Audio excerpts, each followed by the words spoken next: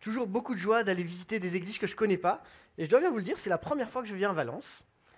Mon épouse était déjà venue lors de la réunion des femmes qui avait lieu il n'y a pas si longtemps que ça. Et moi, je découvre aujourd'hui. Et je suis très heureux parce que je suis comme à la maison. Ça vous dérange pas si je fais comme si j'étais chez moi? Enfin, je vais y aller tranquille, hein, mais... Voilà, je suis Pierre-Samuel Rouffet, je suis accompagné de Lise, mon épouse. Nous sommes depuis très peu de temps maintenant sur l'église de Bourgoin-Jallieu. On a déménagé en juillet l'année dernière, donc ça fait pas un an. Et on était sur l'église de Strasbourg avant.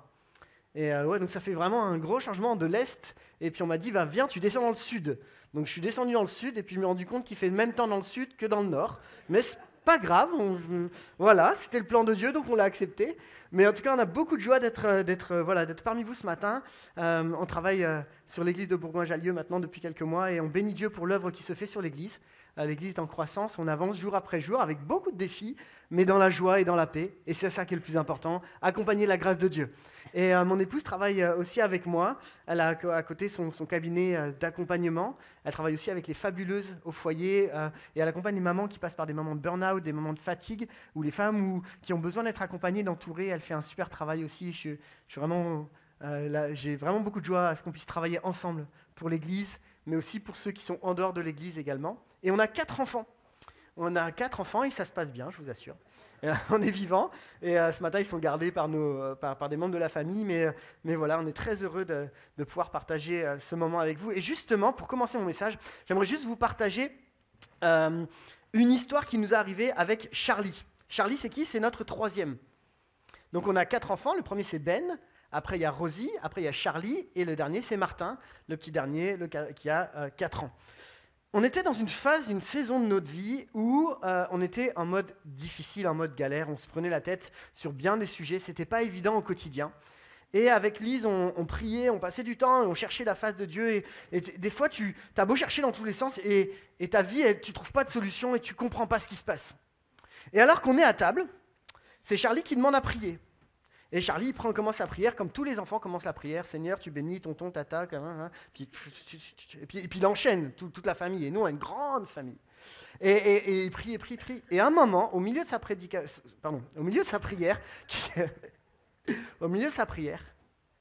il dit une phrase qui, en substance, voulait dire « La main de l'Éternel n'est pas trop courte, elle est puissante. » Et puis il continue, pour tonton, pour tata, etc. etc. Je ne sais pas d'où vient cette parole. Je ne sais pas comment elle se place entre tonton Yvette, tonton Jean et tata Yvette, mais ce que je sais, c'est qu'à ce moment-là, la parole que Charlie nous donne alors qu'il a 5 ans, c'est une parole prophétique pour notre vie, qui était une parole d'encouragement. Mon enfant n'est pas meilleur que chacun d'entre nous, il a ses galères, il a ses sauts d'humeur. Je sais juste qu'à ce moment-là, Dieu l'a utilisé pour nous donner une parole qui, je sais, ne pouvait pas venir de sa bouche. Ce n'est pas des mots que moi-même j'aurais utilisés spécifiquement. Ce n'est pas quelque chose qu'il a copié, c'est quelque chose qui, je crois, est venu de manière improbable, mais que Dieu a utilisé pour nous parler dans une circonstance particulière. Et je crois, et j'en suis intimement persuadé, que Dieu est capable d'utiliser les enfants pour nous bénir, nous encourager et venir nous chercher là où nous-mêmes, on se prend bien la tête. Vous êtes OK? Alors le titre de mon message, il va être très simple. Arrête de te prendre la tête. Aïe. Vous inquiétez pas, ça va aller. Pendant des années, avant d'être pasteur, j'étais prof, j'étais enseignant. Et j'étais enseignant pendant 8 années à l'Éducation nationale et j'ai enseigné que dans des collèges sensibles. C'est-à-dire des zones sensibles, REP, ZEP, tout ce que vous voulez, parce que dans l'Éducation nationale, on aime bien mettre des sigles. Et j'ai travaillé pendant ces années et je dois vous avouer que parfois, il y a des moments où entre le collège, le quotidien, le ministère, l'église, il y a bien des moments dans ma vie où je me suis pris la tête. Et cette expression, se prendre la tête, elle est un peu familière. Parfois, on dit « arrête de te prendre la tête »,« arrête de te prendre la grosse tête », et elle vient un peu nous chercher, oui, c'est un peu familier, etc. Mais elle a vraiment un sens. C'est ce moment où dans ta vie, tu passes par plein de trucs dans ta vie, et tu te dis « mais Seigneur, j'en peux plus », et physiquement, tu te prends la tête. C'est-à-dire que tu n'en peux plus, et tu tiens ta tête, et tu te dis « mais wow, je suis fatigué, Seigneur, je ne comprends pas pourquoi je passe par là, je ne comprends pas pourquoi je suis dans cette saison de vie, et je me prends la tête, et j'essaie de trouver des solutions, j'essaie de répondre à des problématiques, et ce matin, j'aimerais les amis qu'on fasse juste un temps de pause, et qu'on arrête de se prendre la tête. Vous voulez bien avec moi? Qu'on arrête de se prendre la tête? Et on va essayer de comprendre à travers un texte qui m'est cher, comment Jésus va nous encourager arrêter de nous prendre la tête. Et on va essayer de comprendre ce que ça veut dire. Vous êtes OK? Alors, je fais juste un petit parallèle. Comme j'étais un ancien prof, parfois j'ai des réflexes de prof. Donc si à un moment je vous interpelle, ça va bien se passer. Il n'y a pas de mauvaise réponse, il n'y a pas de... Vous inquiétez pas, c'est pas grave. Mais c'est comme ça qu'il reste des trucs comme ça. J'essaye de m'en guérir, mais ça ne marche pas beaucoup. On lit ensemble, si vous voulez bien, avec moi, Marc au chapitre 10 et au verset 13. Marc chapitre 10, verset 13, nous dit « Des gens amenèrent à Jésus de petits enfants pour qu'il pose les mains sur eux. » Jusque-là, tout va bien. Mais les disciples leur firent des reproches. Jésus le vit et s'en indigna. « Laissez donc les petits enfants venir à moi et ne les empêchez pas, car le royaume de Dieu appartient à ceux qui leur ressemblent. » Vraiment, je vous l'assure, celui qui ne reçoit pas le royaume de Dieu comme un petit enfant n'y entrera pas. Là-dessus, il prit les enfants dans ses bras, posa les mains sur eux et les bénit. Amen. Est-ce qu'on n'a pas déjà entendu ce texte des centaines de fois? On le connaît par cœur. Et je crois que dans cette histoire, il y a quelque chose qui va nous impacter, qui va venir nous chercher sur la façon dont les disciples, qui, remarquez avec moi ici, ne sont pas les pharisiens ou ceux à qui Jésus fait des reproches régulièrement, mais bien les disciples qui sont à côté de Jésus, empêchent des personnes de s'approcher de Jésus. Le premier point que j'aimerais partager avec vous, c'est que se prendre la tête, c'est quoi? C'est donner une réponse humaine sur une réalité divine. Se prendre la tête, c'est donner une réponse humaine sur une réalité divine. Des gens amenèrent à Jésus des petits-enfants pour qu'il leur pose les mains sur eux, mais les disciples leur firent des reproches. Et qu'est-ce qui peut se passer quand on arrive dans ce type de solution? En fait, bien souvent, on apporte nous-mêmes des considérations où on essaie de donner à Dieu un coup de pouce parce qu'on se dit, c'est peut-être pas trop comment faire avec notre vie. C'est un peu ce que les disciples vont faire. Mais j'ai une question à vous poser. D'après vous, qui a le droit de s'approcher de Jésus? Ceux qui sont malades? Tout le monde? Malade ou pas malade? Vous êtes OK? Vous êtes d'accord que tout le monde a le droit de s'approcher de Jésus? Est-ce que je peux attendre? Amen à ça. Amen. La grâce de la bonne nouvelle de Jésus, elle est pour tous. Pour tout le monde. Et là, il y a un truc qui semble invraisemblable, c'est que les disciples, eux, bloquent. Et pourquoi ils bloquent? On va essayer de le comprendre ensemble. Mais avant d'aller plus loin, je voudrais juste nous encourager ensemble à dire que tout le monde a besoin de la grâce de la bonne nouvelle de Jésus. Amen. Laissez-moi vous partager l'histoire du papa de mon épouse. Pour certains, vous l'avez peut-être connu, c'était le pasteur Guy Bergamini. Il y en a peut-être qui ont déjà... Ah, j'ai entendu des... Oh. Il y en a peut-être qui l'ont déjà connu. Le jour où les premières fois où il est venu à l'église de Montbéliard, il est arrivé, il avait les cheveux longs, il avait un kaki militaire, et il est rentré dans l'église avec des chiens. Je ne sais pas comment ton équipe d'accueil l'aurait fait. Est-ce qu'on l'aurait accueilli? Parce qu'en plus, il ne devait pas sentir très bon. Et puis, tu ne sais pas trop ce qu'il avait bu ou fumé avant. Enfin, excusez-moi d'être cash, mais c'était la réalité. Il est venu comme ça. Et par la grâce de Dieu, il y avait un vieux pasteur qui s'appelait le pasteur Gitnard à l'époque, qui a accueilli lui, ainsi que toute une troupe, une petite équipe, et qui a osé accueillir des gens qui ressemblaient à personne pour les ramener à découvrir, à ressembler de plus en plus à Jésus. Non pas se conformer à un type d'église ou à des gens ou à des beaux chrétiens, mais plutôt à amener à la grâce de Jésus. Et alors qu'ils ont laissé rentrer de toute cette troupe-là, il y en a plusieurs qui se convertissent, ils sont devenus des pasteurs des assemblées de Dieu qu'on connaît bien, qui ont béni par leur ministère, qui ont béni par leur encouragement et qui ont prêché tout autour de la terre. Et je le crois vraiment quand je dis tout autour de la terre. Pourquoi? Parce qu'à un moment, on a accepté de laisser rentrer dans l'église quelqu'un qui ne ressemble pas à ce que nous, on a l'habitude. On est OK pour que ce soit le rôle de l'église d'accueillir. Et je prie pour qu'à l'église de Valence, de plus en plus de personnes qui ne ressemblent pas à tout le monde puissent rentrer dans ce lieu et découvrir que Jésus est le Dieu qui accueille. Jésus a cette capacité à accueillir même si tu ne ressembles pas à quelqu'un d'autre. Jésus n'est pas venu faire du conformisme. Mais j'ai une autre question qui va un petit peu plus loin, les amis.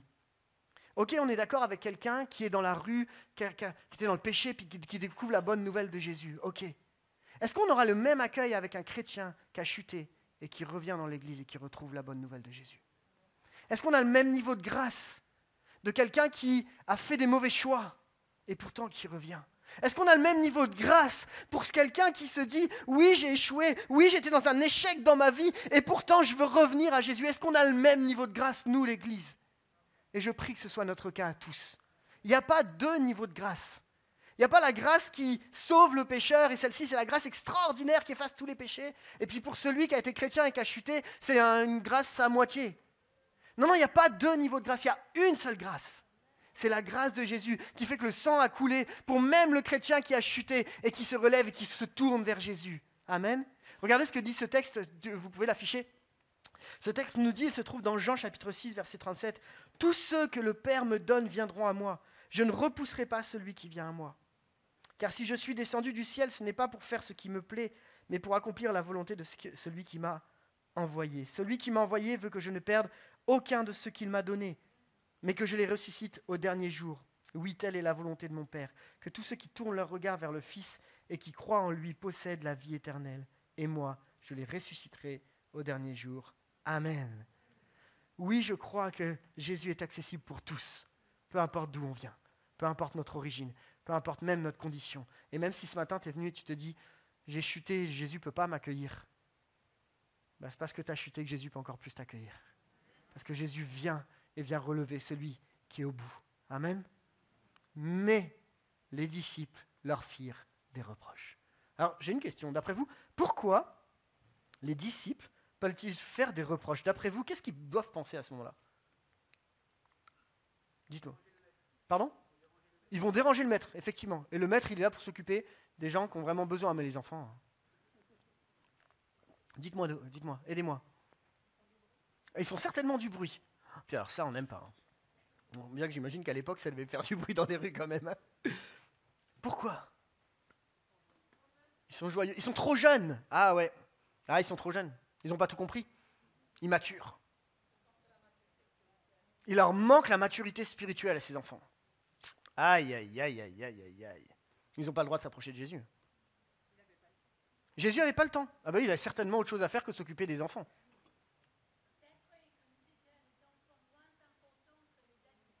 Il y a une question de considération, effectivement. Je répète pour que tout le monde entende bien. Hein.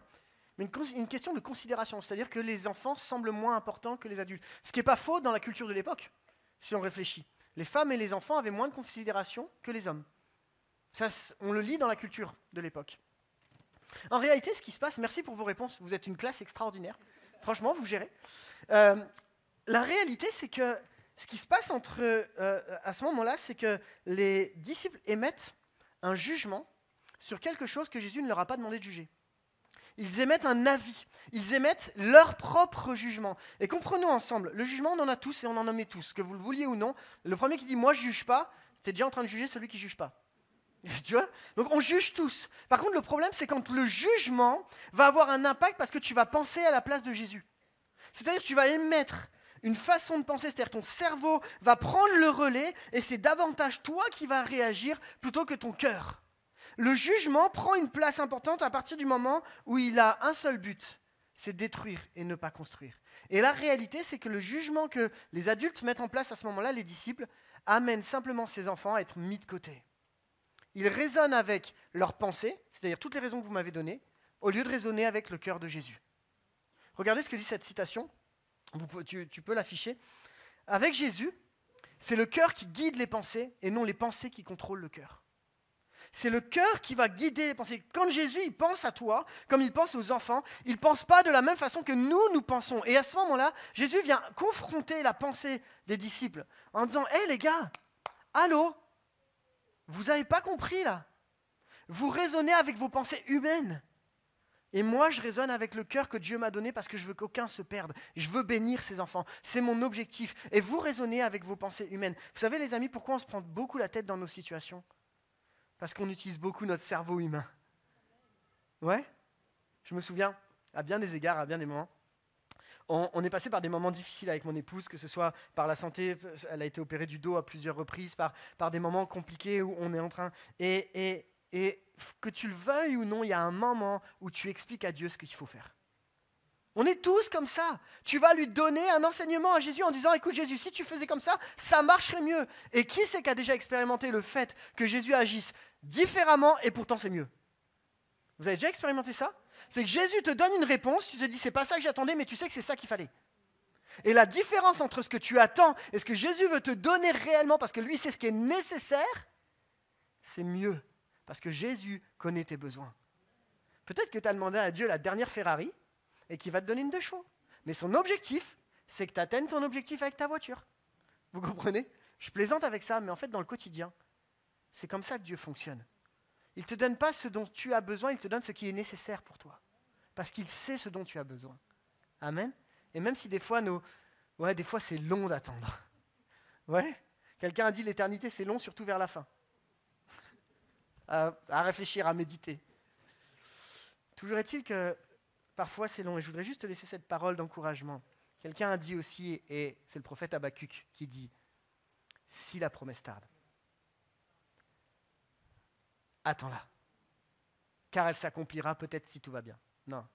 Car elle s'accomplira certainement, de manière certaine. Et je veux t'encourager dans ton chemin de foi. Retrouve cette foi d'enfant. Si Dieu t'a dit quelque chose, il va l'accomplir. Sinon, il ne te l'aurait pas dit.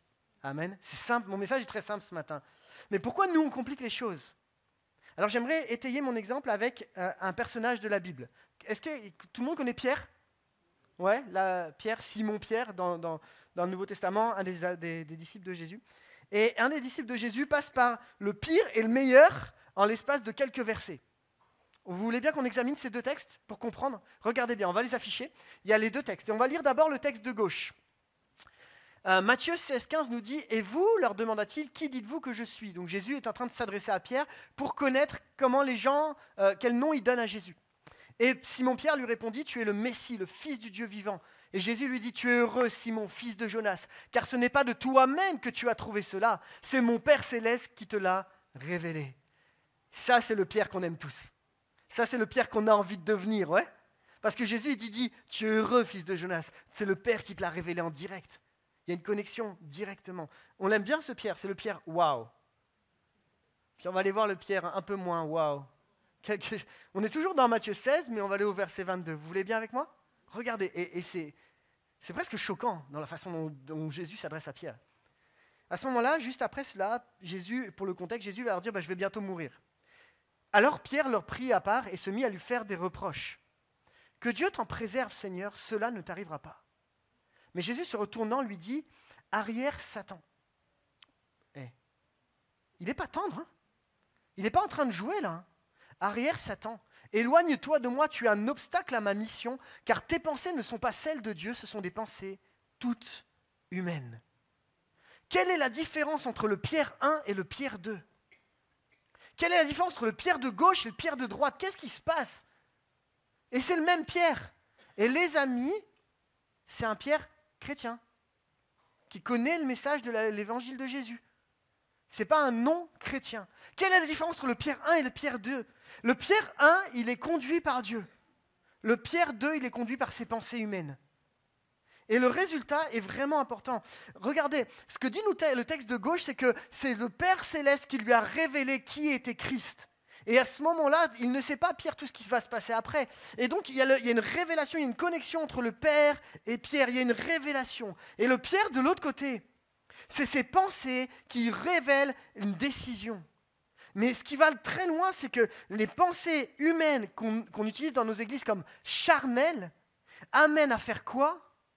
Le plan de l'ennemi. Vous voyez? Et je comprends à ce moment-là, quand je lis les deux textes, qu'il m'arrive dans ma vie, alors que je ne comprends pas, que je me prends la tête, c'est que je suis plus le Pierre 2 que le Pierre 1. Parce que je veux essayer de solutionner moi-même mes propres problèmes.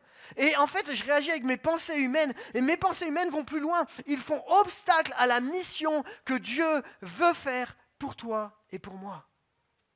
Mais le Pierre 1, le premier, celui de gauche, c'est celui qui a une révélation de Dieu, qui travaille en collaboration avec le Saint-Esprit. Et je crois que le Saint-Esprit lui révèle la direction qu'il doit choisir. Et je veux nous encourager, les amis, dans vos saisons de vie, dans les saisons par lesquelles, même les déserts par lesquels tu es en train de passer, choisis d'être le Pierre 1. Celui qui dit, Seigneur, révèle-moi ta volonté. Révèle-moi comment toi tu vois les choses. Montre-moi comment je dois percevoir, même si ça ne ressemble pas à ce que j'ai envie. Parce que Pierre, en fait, il parle d'une bonne intention au départ. Il n'a juste pas envie que son maître il souffre. Il ne part pas d'une mauvaise intention. Mais seulement quand tu pars même d'une bonne intention, mais que tu ne fais pas ce que Dieu veut, alors tu es un obstacle à la mission de Dieu. Et parfois, on a fait des choix, les amis. Je me mets dedans. Où on pensait que c'était la bonne direction, on était sûr que c'était ça. Et Dieu nous a dit, c'est pas la mission à laquelle je t'appelle. Retourne dans le cœur où tu as à un moment cette révélation, le cœur du Père, pour ne pas rater la mission qui est la tienne. Je veux nous encourager ensemble et je me mets vraiment dedans. La conséquence, elle va être très simple. C'est que le Pierre de gauche, Jésus va lui dire juste après, je te donnerai les clés du royaume des cieux. Tous ceux que tu excluras sur la terre auront été exclus aux yeux de Dieu. Tous ceux que tu accueilleras sur la terre auront été accueillis aux yeux de Dieu. C'est le Pierre qui, après le reniement, va devenir cet apôtre Pierre qui va prêcher, 3000 âmes vont être guéries, qui va être un des fondateurs de l'Église. C'est ce Pierre-là. Pourquoi, les amis? Et je veux que tu gardes cette pensée. Parce que même si parfois on fait des erreurs, on est le Pierre de droite, Dieu ne nous disqualifie pas pour autant. Il nous invite à revenir juste dans son plan. Dieu n'est pas un Dieu qui te disqualifie. Dieu n'est pas un Dieu qui te dit t'as chuté, du coup c'est fini pour toi. Dieu n'est pas un Dieu qui dit parce que tu raisonnes humainement dans cette partie de vie, alors du coup c'est fini pour ta vie. Non, je crois et j'en suis intimement persuadé que même si parfois on réagit avec humainement, mais que tu reviens à Dieu en disant Seigneur, maintenant je veux la pensée de l'Esprit. Je sais, j'en suis intimement convaincu que Dieu est ce Dieu qui relève et qui restaure. Amen. Alors ne baissez pas les bras. Oui, parfois on a fait des erreurs comme Pierre, mais Dieu n'a pas dit que c'était fini. Ne tire pas un trait sur ta vie tant que c'est pas fini. Tiens, regarde ton voisin, juste dis-lui, tire pas un trait tant que c'est pas fini. Arrête, range ton stylo là. C'est fini, il n'y a pas besoin. Amen. On comprend ensemble, c'est pour ça que le titre de ma première partie était celle-ci.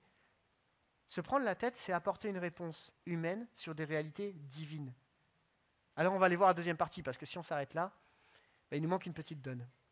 J'ai un titre, deuxième partie, qui est super simple. Jésus est venu pour qu'on arrête de se prendre la tête. C'est vrai? Pour qu'on retrouve cette simplicité, cette foi d'enfant. Pour qu'on arrive à revenir, et comme il nous dit, le royaume de Dieu, c'est pour ceux qui leur ressemblent. Alors on va analyser la réaction de Jésus. On va essayer de comprendre ensemble. Comment Jésus réagit-il? Dans le texte de départ, c'est écrit. Il regarde et après, il réagit. Et c'est quoi sa réaction? Il s'indigne. Jésus est indigné. Pourquoi Jésus est-il indigné? Qu'est-ce qui peut indigner le cœur de Jésus? Eh bien, vous savez les amis, la seule chose qui indigne le cœur de Jésus plus que tout, c'est quand on empêche quelqu'un de s'approcher de Jésus. Et que ce soit toi qui empêches quelqu'un de t'approcher de Jésus parce que la personne, tu dis, elle découvrira jamais le salut, elle est trop dans son péché. Ou que ce soit toi-même qui t'empêche toi-même de t'approcher de Jésus, parce que c'est aussi le cas en disant, je ne suis pas assez ceci, je suis trop petit, je suis trop jeune, Quand toi-même, tu te disqualifies, ça indigne le cœur de Jésus.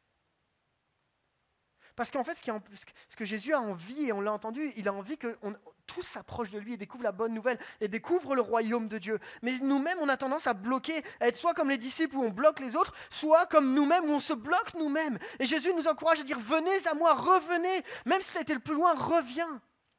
Mais ce qui indigne le cœur de Jésus, on le sait, c'est quand tu te bloques toi-même de la présence de Dieu, ou quand tu bloques quelqu'un d'autre de rentrer dans la présence de Dieu. Comment on peut bloquer les autres? Par des jugements, par des paroles, par une parole mal intentionnée qui au départ partait d'une bonne intention. Je me souviens, je vous partage, on est entre nous. C'est filmé? C'est pas grave. On coupera au montage, c'est ça. Je me souviens qu'un jour, il y a un pasteur bien intentionné qui est venu me voir et me dit « Oh, toi, PS », alors je m'appelle Pierre Samuel et tout le monde m'appelle PS, il dit « Oh, toi, PS, t'es bon qu'à prêcher aux ados ». Alors, il y a beaucoup d'ados dans la salle, amen à ça, et je kiffe les ados, et c'est vrai, pour ceux qui ne le savent pas, j'ai été président d'ADN à la suite de Laurent Altman, et c'est vrai que j'ai un ministère particulier au niveau des ados, et j'aime ça. Mais en fait, ça a été vraiment tellement réducteur que en fait, ça a été humiliant pour moi. C'est comme si on te disait, vas-y avec tes petites animations là, et surtout, ce qui m'a fait le plus mal, c'est comme si le message que tu prêches aux ados, il est moins important que ce que tu prêches aux adultes. Et là, dans mon cœur, je me dis, mais t'as rien compris en fait. Mais ça a fait une marque en moi. Et du coup, je me suis spécialisé. Alors, c'est pas ce qui a créé le fait que je me suis spécialisé au niveau des ados, mais ça m'a enfermé pendant plusieurs années. Et j'ai eu besoin d'expérimenter qu'il fallait que je sorte de cette parole-là, qui m'empêchait de venir vraiment. Et aujourd'hui, par la grâce de Dieu, on a un ministère pastoral avec mon épouse. On a pris l'église en tant que pasteur principal. J'ai servi pendant des années auprès des jeunes et des ados, et on sent que Dieu ouvre notre cœur sur du pastorat pur, et on aime ça, parce que je sais que c'est la saison de vie dans laquelle doit être. Mais des paroles comme ça, quelles qu'elles soient, peuvent t'empêcher à un moment de te rentrer dans la présence de Dieu ou te dire « je ne suis pas assez ceci » ou « je ne suis pas assez cela ». Et je veux t'encourager ce matin, même les paroles qui ont été données, si elles n'ont aucun but destructrice, elles n'ont aucun intérêt. Et elles font l'œuvre de Satan, même si elles viennent des chrétiens. J'espère que je choque personne, mais c'est quand même la réalité. Vous savez, le moment où Jésus se met le plus en colère, Dites-moi, à quel moment on voit Jésus en colère? Ouais, dans le temple. Ok. Vous connaissez tous l'histoire du temple. Qu'est-ce qui se passe? Il y a le temple. Devant le temple, il y a un parvis. Et là, il y a des changeurs, ce qu'on appelle des changeurs ou des vendeurs, des marchands du temple. Et les marchands du temple, qu'est-ce qu'ils font? Ils vendent de l'argent, ils donnent il faut leur donner de l'argent pour acheter les sacrifices. Et en fait, ils font du business sur le dos du temple. Et Jésus, qu'est-ce qu'il va faire à ce moment-là? Il va prendre un fouet. Ça, c'est pas le Jésus qu'on a envie de voir tous les jours. Hein. Moi, je vous le dis. Hein. Il prend un fouet et il commence à les chasser. Et il chasse avec une certaine autorité qui fait que tu n'as personne qui reste. Mais pourquoi Jésus les chasse? La réalité est le fond du problème. Jésus ne les chasse pas parce qu'ils sont en train de faire du business. Jésus les chasse pourquoi? Parce que là, ce fameux parvis, là, c'est un parvis en fait où normalement les gens qui ne sont pas juifs doivent passer par là pour avoir accès au temple. Ce qui fait que si tu mets un blocage pour que des non-juifs puissent rentrer et se rapprocher, ça veut dire que ces gens-là étaient des bloquants pour rentrer dans la présence de Dieu. Et au moment où Jésus il voit ça, il dit, les gars, cette maison, c'est une maison de prière et vous en faites une caverne de voleurs. Pourquoi? Parce que vous êtes en train d'empêcher les gens de rentrer dans le temple, et vous, en plus, vous moyennez ça au moyen du financement. Et en réalité, ce que vous êtes en train de faire, c'est que vous êtes en train d'empêcher des gens d'avoir accès à la présence de Dieu. Il n'y a rien de pire qui énerve, qui agace le cœur de Dieu, que quand on empêche quelqu'un de s'approcher de Jésus. Amen. Et je nous encourage à prendre cette disposition. Regardez ce que dit ce texte de Marc 9, 42.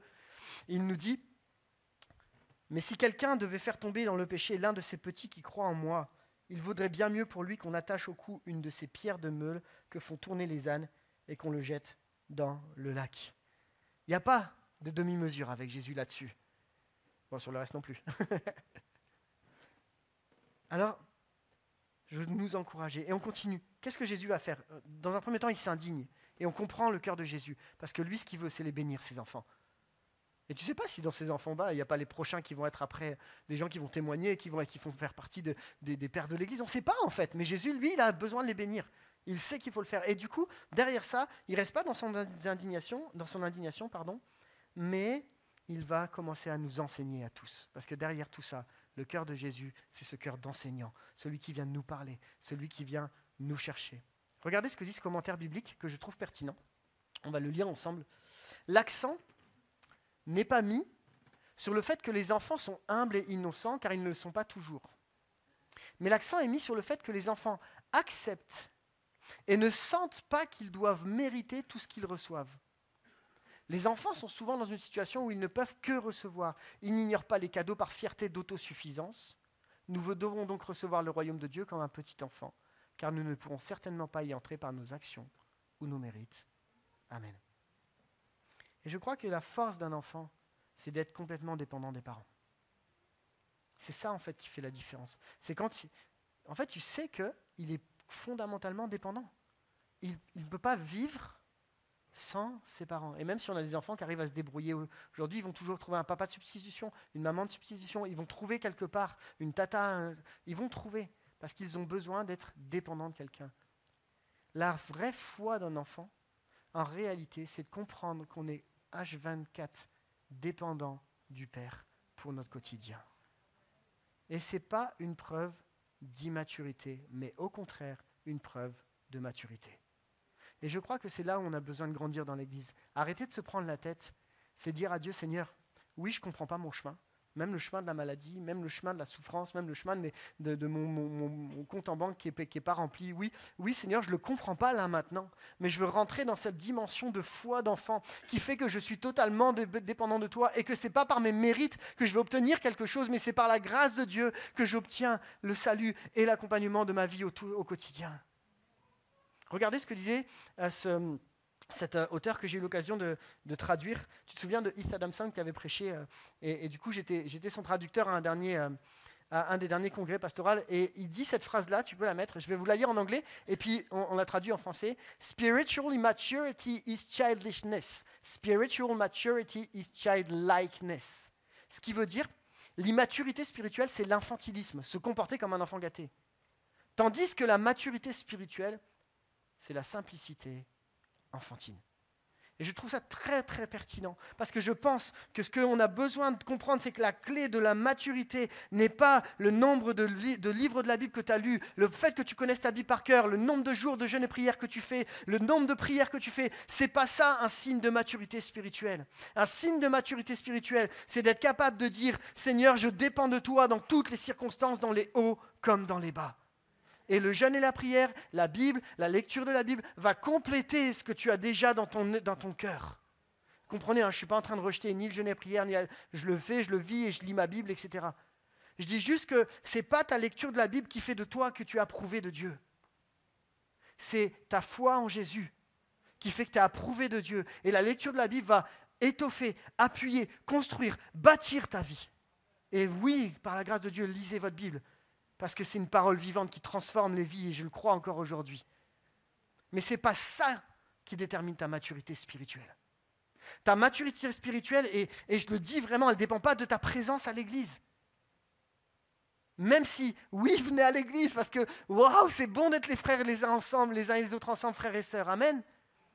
Mais ce n'est pas ça, tu peux être ici depuis des années, et pourtant pas expérimenter cette foi authentique, et venir tous les dimanches, toutes les réunions.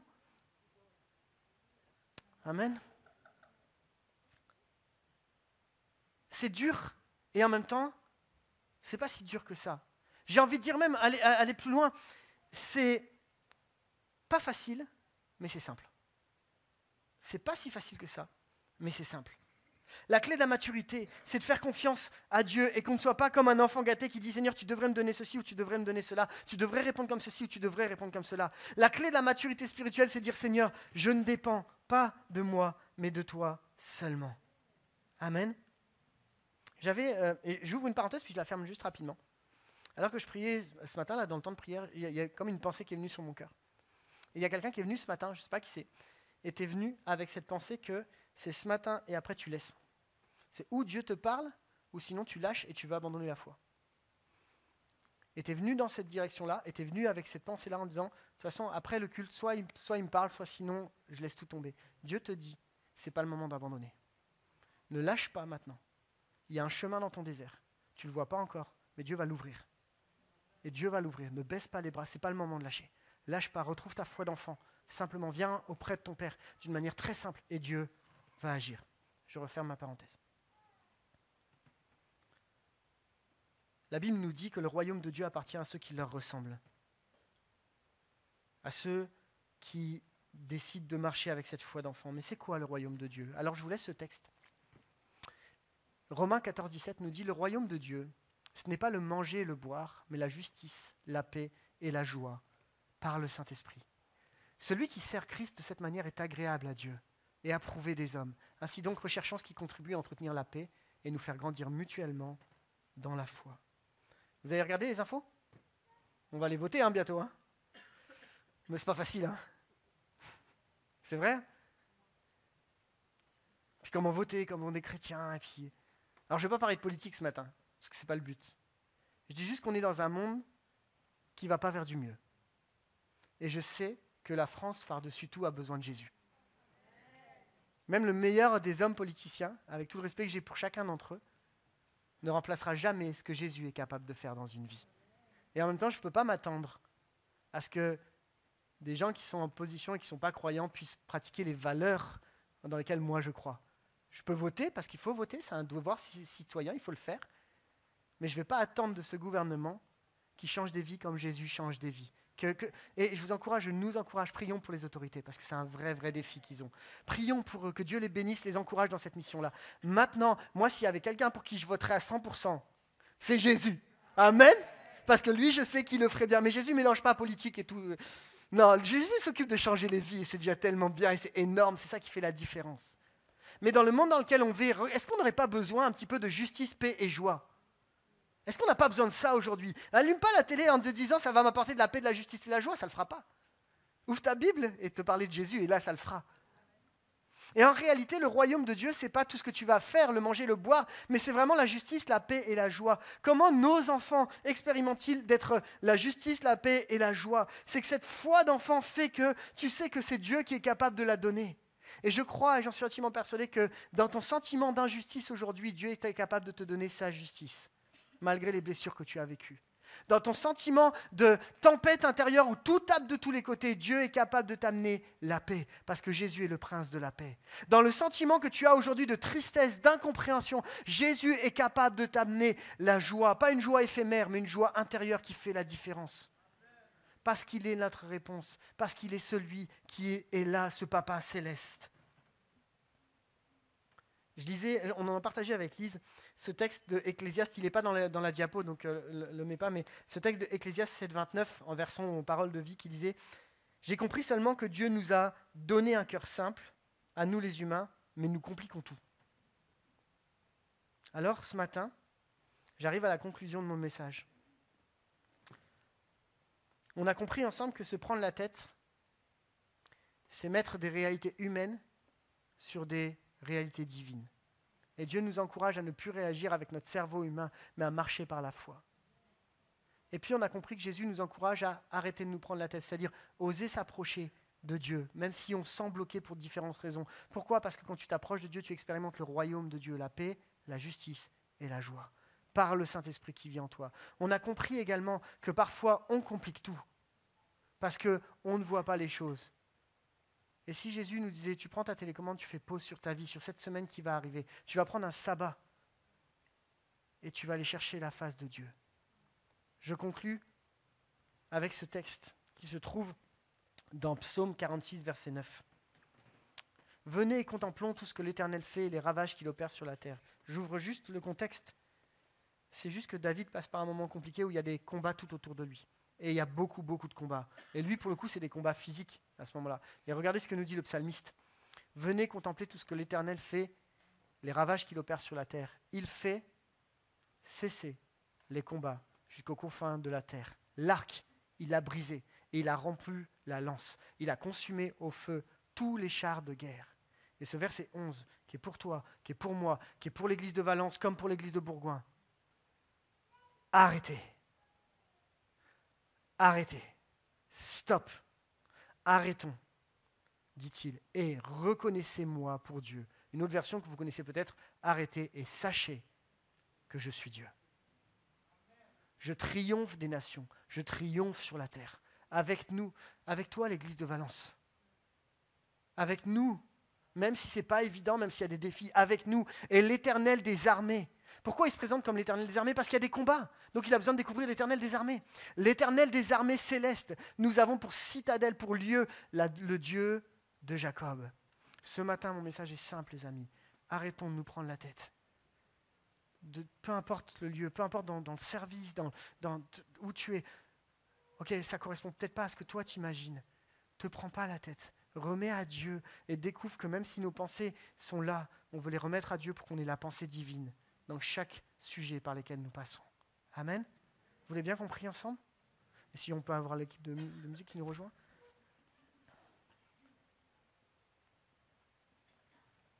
Et alors qu'on va prier ensemble, on va prendre un temps juste un temps de cœur à cœur avec Dieu. Tu sais, ta semaine, elle est tellement chargée. Ta semaine comme la mienne, avec les enfants, les petits-enfants, avec nos quotidiens, que ce dimanche, c'est comme si c'était ta bulle d'air là maintenant. Tu te dis, ok, je vais souffler là maintenant. Et Dieu veut nous encourager. Et tu souffles, non pas parce que tout s'arrête, parce que, bah oui, il y a la réalité qui va revenir dès lundi, mais tu souffles parce que c'est la présence de Dieu qui va faire la différence ce matin dans ta vie, parce que Dieu est déjà là. Et qu'il veut simplement te dire, arrête de te battre. C'est lui qui a tout entre ses mains. Et même si aujourd'hui tu ne vois pas, Dieu te dit, moi je vois. Laissez venir à moi les enfants. Et ce matin, on est tous un enfant. Je voudrais peut-être dire ça à quelqu'un. Peut-être si ton père ou ta mère t'abandonnerait. Peut-être que tu as eu des parents défaillants. Dieu te dit, et te le rappelle, il ne t'abandonnera jamais. Même si ton père ou ta mère t'abandonnerait, il ne t'abandonnera jamais. C'est ton Papa céleste. Ce même amour que Jésus avait pour les enfants et comme pour les disciples qui se sont plantés, c'est ce même amour que Jésus a pour chacun d'entre nous. On prie, on ferme les yeux ensemble, on prie un instant. Seigneur Jésus, merci pour chaque personne qui est venue ce matin. Parce que je crois que tu avais un rendez-vous divin avec lui, avec elle. Je veux prier pour chaque personne qui est là avec peut-être un rythme effréné, avec plein de trucs à faire tout le temps et se dit j'ai jamais du temps à poser avec Dieu. Je te prie qu'à partir d'aujourd'hui, il puisse prendre une décision de mettre Dieu en priorité dans son emploi du temps, pour qu'il puisse expérimenter combien Dieu agit avec cette foi d'enfant. Je veux prier pour cette maman qui est au bout du rouleau, pour ce papa qui donne de tous les côtés, pour ses grands-parents. Je veux prier pour celui qui est là et qui cherche et qui n'a pas de solution dans l'immédiat. Je te prie pour celui qui est en recherche d'une direction particulière. Ce matin, on revient au cœur du Père, pour ce cœur à cœur avec le Père, pour juste entendre la pensée divine sur nos réalités. On veut être comme le Pierre de la première partie. Et Jésus lui dit, tu es heureux parce que c'est mon Père qui te l'a révélé. Seigneur, ce matin, révèle-nous ta direction. Je te remercie de ce que tu n'es pas un Dieu qui disqualifie. Tu n'es pas un Dieu qui dit que c'est fini sur nos vies. Et même quand comme Pierre, on a échoué, tu es encore ce Dieu qui est capable de nous relever, de lancer un regard sur nos vies et dire, j'en ai pas fini avec toi. Je te prie pour ceux qui sont à bout de force. Et ensemble ce matin, on veut juste arrêter. Et on veut reconnaître Dieu dans chaque circonstance, chaque vie, chaque chose qu'on vit au quotidien. Oui, tu es le Dieu fidèle et vrai. Je te prie pour cette personne qui est au bout du rouleau, qui voulait arrêter derrière. Ce matin, tu la remplisses de ton amour et de ta grâce. Tu l'inondes de ton esprit afin que là, ce matin, elle soit bouleversée par l'amour de Dieu qui va la sortir. Seigneur, que ta main qui est là, qui est prête, Seigneur, puisse la sortir de cette tempête dans laquelle elle est. Seigneur, je te prie pour tous ceux qui sont juste comme fatigués, épuisés. Ce matin, on ne se prend plus la tête, mais on regarde avec nos yeux célestes les réalités divines. Merci parce que tu changes nos cœurs et nos vies. À toi la gloire, Jésus. Amen.